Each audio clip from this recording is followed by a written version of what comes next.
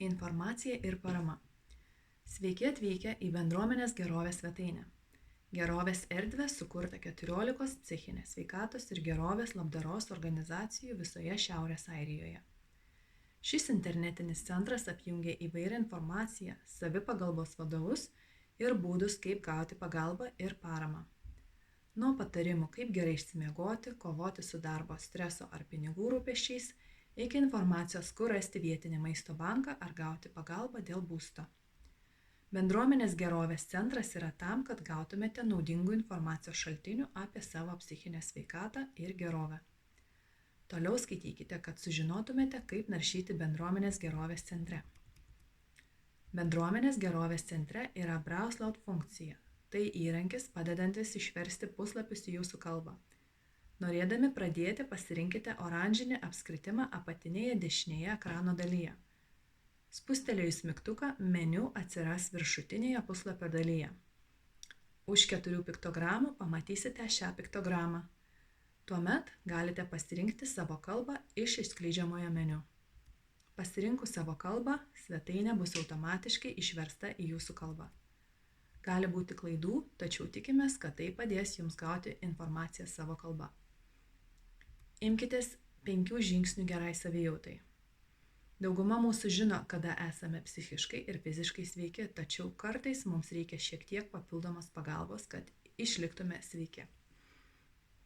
Yra 5 paprasti žingsniai, kurie padeda išlaikyti ir pagerinti jūsų gerą savijautą. Pabandykite įtraukti juos į savo kasdienybę. Galvokite apie juos kaip apie savo 5 per dieną gerai savijautai. Bendraukite. Bendraukite su žmonėmis aplink jūs. Šeima, draugais, kolegomis ir kaimynais, namuose, darbe, mokykloje ar savo bendruomenėje. Galvokite apie šiuos santykius kaip apie jūsų gyvenimo kertinius akmenis ir skirkite laiko jiems vystyti. Šie ryšiai jūs palaikys ir praturtins kiekvieną dieną.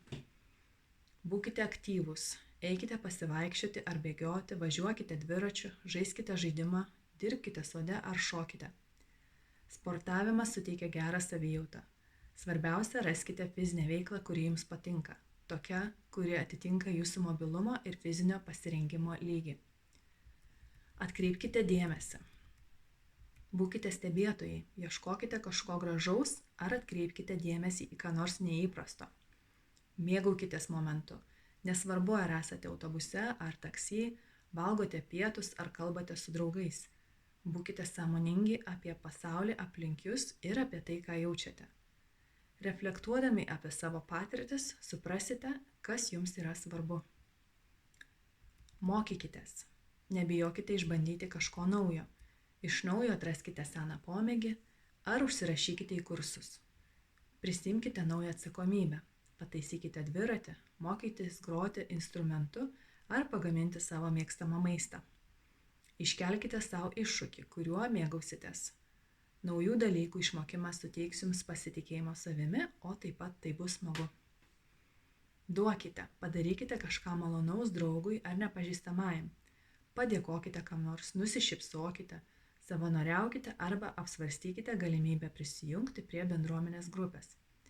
Žiūrėkite ne tik į save, bet ir į kitus.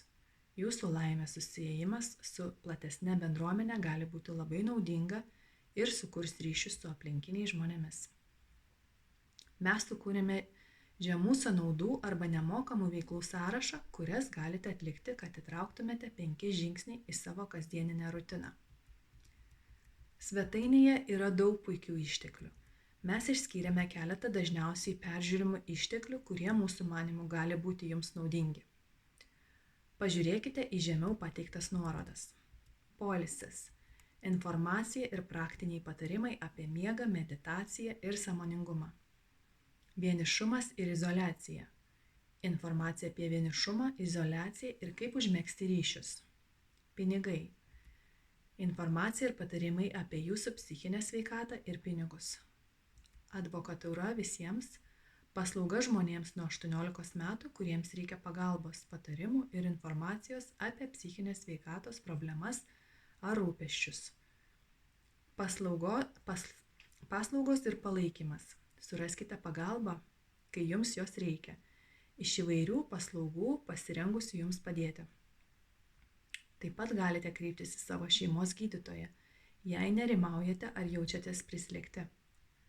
Spaudimas dėl pragyvenimo išlaidų.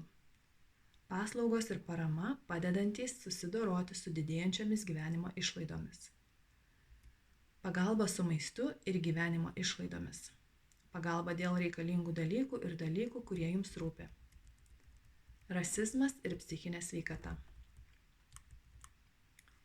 Jei jūsų psichiniai sveikatai kenkia rasizmas, mes galime padėti. Rasizmas daro neigiamą poveikį žmonių, kuriuos jis liečia psichiniai sveikatai. Tie, kurie patiria rasizmą, gali patirti traumą, nerimą ir depresiją ir jiems gali būti sunku gauti pagalbą. Šiame puslapyje pateikiamos gairės apie paramą skirtą asmenims, kuriuos paveikia rasizmas. Islamofobija ir kitos diskriminacijos formos, pagrįstos rase, religija ar etninė kilme. Sunkus jausmai ir patirtys. Inspire seserinė organizacija Mind apibūdino, kaip rasizmas gali paveikti jūsų psichinę sveikatą. Norėdami gauti daugiau informacijos, skaitykite toliau. Rasizmas gali sukelti šiuos jausmus. Nepriimtas, vienišas ar izoliuotas. Ypač jei žmonės ar organizacijos sakė ar nurodė, kad jums nėra vietos. Nerimas, baimė ir nesaugumas. Jūs galite nerimauti dėl to, kaip žmonės jūs suvoks ir elgsis su jumis. Galite jaustis akivaizdžiai kitoks ir pažeidžiamas, kai esate tarp daugybės žmonių, priklausančių kitai rasiai. Galbūt praleidžiate laiką galvodami, kaip apsisaugoti prieš eidami į tam tikras vietas. Pyktis ar nusivylimas. Ypač jei su jumis elgiamasi nesąžiningai ir jei jaučiatės bejėgis tai kontroliuoti. Stresas. Visų rūšių rasizmas gali prisidėti prie streso. Tai gali apimti tokius įvykius kaip staigios, netikėtos priekabės iš kito asmens, tačiau tai taip pat gali būti ilgalaikis reguliarių mikroagresijų poveikis arba nuo nuolatinių sisteminio rasizmo pasekmių jūsų gyvenime. Neįprastas ir keistas. Ypač jei žmonės akcentuoja, juokiasi ar kritikuoja dalykus apie jūs, kurie skiriasi.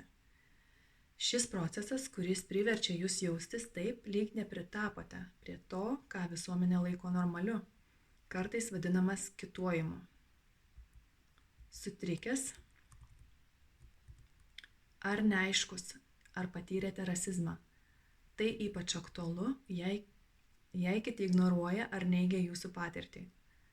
Tai gali priversti jūs abejoti realybę. Tai kartais vadinama rasiniu gaslighting. Priverstas slopinti savo jausmus. Galite jaustis, kad negalite parodyti ar net pilnai išreikšti savo natūralių reakcijų dalykus. Norėdami išvengti daugiau įžeidimų ir išlikti saugiai, galite jaustis taip, lyg neturėtumėte reaguoti į rasizmą. Dėl to galite jaustis nejaukiai arba tai gali reikšti, kad patirtis liks su jumis ilgą laiką. Priblokštas ar išsekęs. Galite susidurti su rasizmu reguliariai. Tai gali turėti kaupiamąjį poveikį jūsų psichiniai sveikatai. Galite jaustis apsupti rasizmo. Jūsų rasizmo patirtis yra asmeniškos jums ir jos susikerta su daugeliu kitų veiksnių. Pagalbos prašymas gali būti svarbus žingsnis siekiant pagerinti jūsų psichinę sveikatą. Informacijos ir patarimų gavimas. Jūs turite teisę būti ir jausti saugų savo bendruomenėje. Jūs taip pat turite teisę atlikti savo įprastą kasdieninę veiklą. Niekas neturi teisės blogai su jumis elgtis dėl to, kas esate ar kas jie mano, kad esate. Jei esate bauginami, grasinami ar užpuolami dėl savo rasės, etninės kilmės ar religijos, turėtumėte kreiptis į policiją numeriu 101 dėl neskubios pagalbos arba 999 dėl skubios pagalbos. Inspire's Advocacy for All Service paslauga yra prieinama visiems Šiaurės Airijoje gyvenantiems vyresniems nei 18 metų asmenims. Telefonų linijos ir internetinis pokalbis veikia nuo 10 iki 4 valandos vakaro, nuo pirmadienio iki penktadienio. Norėdami susisiekti su Advocacy for All, paskambinkite mums nemokamai numeriu 08 08 189 0036. Rašykite mums elektroniniu paštu hello@inspirewellbeing.org. Pokalbis su mumis per mūsų internetinį pokalbį. Tiesiog spustelėkite pokalbio piktogramą žemiau. Kita naudinga informacija. Šiaurės Airijos policijos tarnyba savo svetainėje pateikė patarimų susijusių su neapykantos nusikaltimais ir kaip apie juos pranešti. Spustelėkite čia, norėdami sužinoti daugiau. Galite būti išsekę nuo visko, kas vyksta šiuo metu. Todėl svarbu apsaugoti savo psichinę sveikatą, jei jaučiatės priblokšti blogų naujienų. Mes turime daug informacijos čia, kuri jums gali padėti tai padaryti. Mind turi labai išsamius išteklius apie psichinę sveikatą ir rasizmą. Juose pateikiama daugybė atitinkamų terminų apibrėžimų. Jigsaw labdaros organizacija vaikams ir jaunimui sukūrė naudingą savipagalbos priemonių rinkinį, skirtą 12-25 metų amžiaus žmonėms, padedantį susidoroti su rasizmo poveikiu. Tai galite rasti čia. Psichinės sveikatos centras turi keletą įdomių straipsnių apie rasę ir psichinę sveikatą, kuriuos galite perskaityti čia.